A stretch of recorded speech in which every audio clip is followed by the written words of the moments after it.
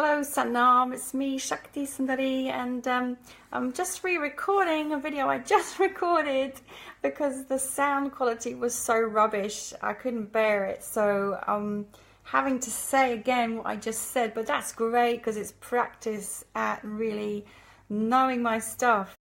I'm reading once again from Daniel Odier's book Desire, the Tantric Path to Awakening, and this video, which is number 22 in the series, is entitled Releasing the Past Through Presence.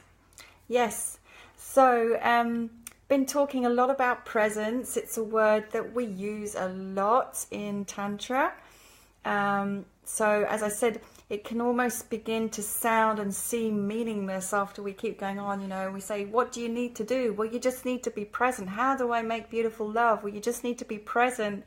How do I, encounter and deal with conflict? Well, you just need to be present. What does it mean to be present? And how does that help us in this path? What is its purpose? What is its gift?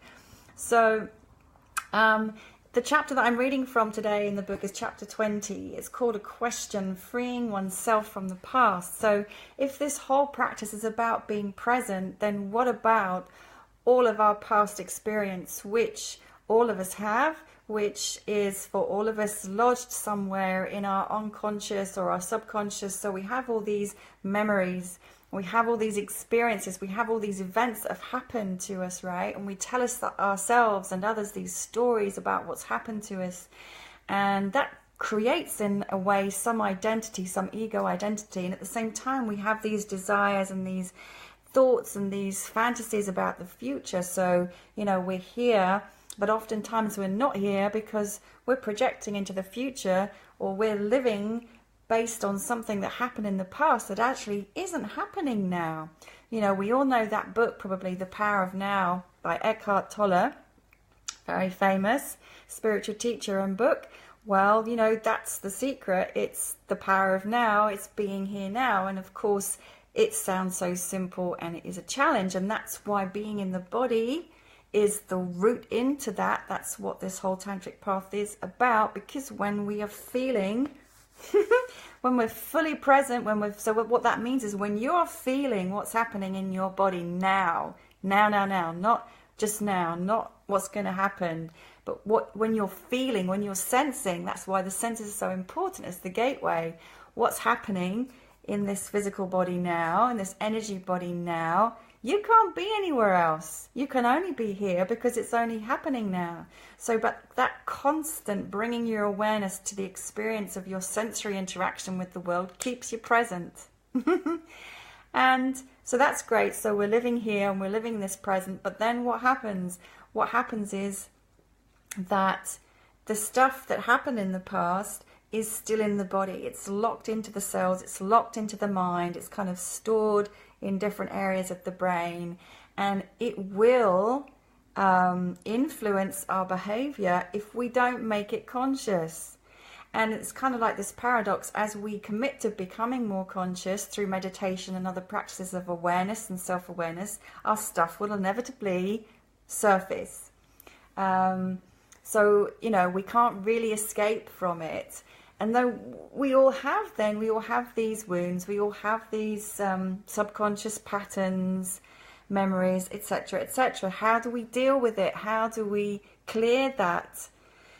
How do we come to a place where we are living in ever greater presence without any of those filters and masks and conditionings and projections that come as a result of all of that past garbage? What Yogi Bhajan, my great master Kundalini yoga teacher, would talk about the mental intrigues and the garbage in our subconscious.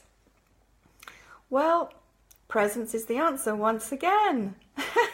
What does that mean? It means we stay with whatever is happening and we feel it without interpreting, without adding story, without needing to understand. Such a big part about culture everywhere. I'm pretty intellectual actually, and my brain loves to understand things. God, I love to read books. God, I love to analyze.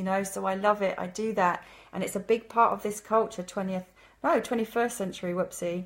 is to use the brain, to use the mind, but actually the mind can't. The mind will only lock in more. We have to go beyond the mind, back to the body, back to the primal, as it were, instinctive, physical experiencing of sensation, body temperature, energy, heat, just sensation, just allowing sound, smell, any of those sensory faculties. And that's what healing is. Healing is simply being present to our experience without judgment, interpretation, resistance, running away from, being afraid of. To cultivate that presence, we need to have the capacity to breathe. We need to have the capacity to stay with ourselves and not abandon ourselves when stuff comes up that feels uncomfortable. The trick is that if we allow ourselves to feel it, it moves through and it's released. If we try to resist it in some way, it will stay and anchor in a little bit more. That's what happens. Okay, so I'm going to read from chapter 20, Freeing Oneself from the Past. So there is a way that allows the treatment and healing of old wounds and painful emotions. There is a specific way to do this. This way is presence to the emotions, to the movements of the body, to the enslavements we suffer under.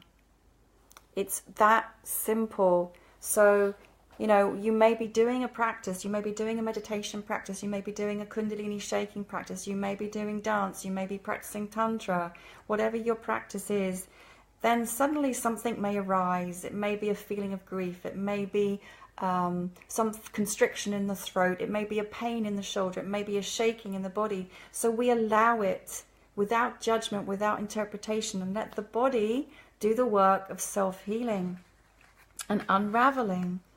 As I said in my previous video, it's like you have a child, this child's fallen over and they're crying, or this child had a fright and they're afraid, they're terrified, something's happened. And what do? You take that child by the hand, you sit down with her or him, and you're holding space for their experience. Everything's okay, right? This isn't the ultimate thing. The world isn't going to end. To them at that point, the world feels like it's going to end. It feels like that pain is the worst pain in the world. It feels like that slight is the worst slight that's ever happened in the world. But that's not actually true. So you sit with the child and you witness and you love, and they cry and they feel and they talk about their fear, and you witness and you allow, and maybe their body's shaking, or maybe they're heaving, their chest is heaving, and you don't say stop, you don't tell them, cheer up, or wipe those tears away, grow up. You allow them to have that experience, and that is how these old wounds and emotions may be healed, by feeling them fully. When the body-mind becomes calm, as in through one of these practices of awareness perhaps, there are very often jolts of the unconscious, as if it were taking advantage of the clarity of the mind to come to the surface. So once again, my experience, for example, in deep relaxation, after Kundalini shaking, in dancing, in Tantra, the body will quite spontaneously begin to release emotion, may shake in a particular place, may howl, may cry, and I allow it. I don't know what it is, and I just allow it out. And it's like this sense of being cleansed. At this moment, if we succeed with the suppleness of a tiger, so it takes a lot of self-awareness and presence to do this. It does take practice. It's not easy. Whatever arises naturally goes towards the sensory. So it goes towards what I've just described: physical sensation, physical experience, bodily movement. We can then completely feel the first symptoms again and live them without there being any obstruction or any tie to the ego. So that's, again, part of the secret of this, is that we feel whatever is arising completely without obstruction. We don't try to stop it. Now, of course, sometimes something feels scary. you know, a feeling may arise up, and it may be a memory of something pretty traumatic. So there is a part to that in which sometimes we will need to go slowly with the feeling, and or have a witness present to support us in this. Sometimes that is necessary, but allowing fully is where the healing comes, and by not attaching to the stories that the ego will want to tell you about this.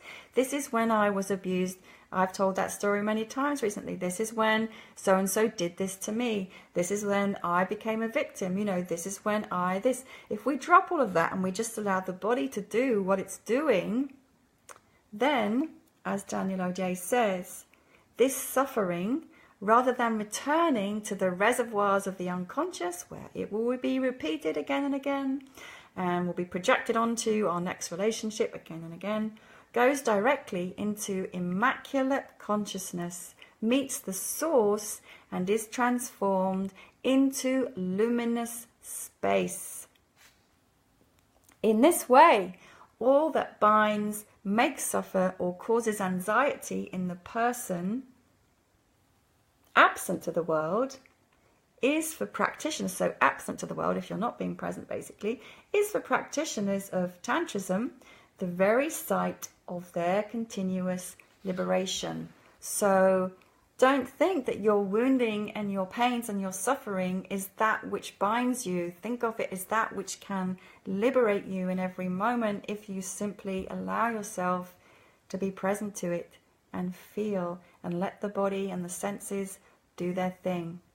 That's how we release the past, through presence. Got any questions, got any comments, got any feedback, please post them. I love to hear from people. Thank you so much for watching, and join me again soon for another reading from Desire. Sat Nam and much love.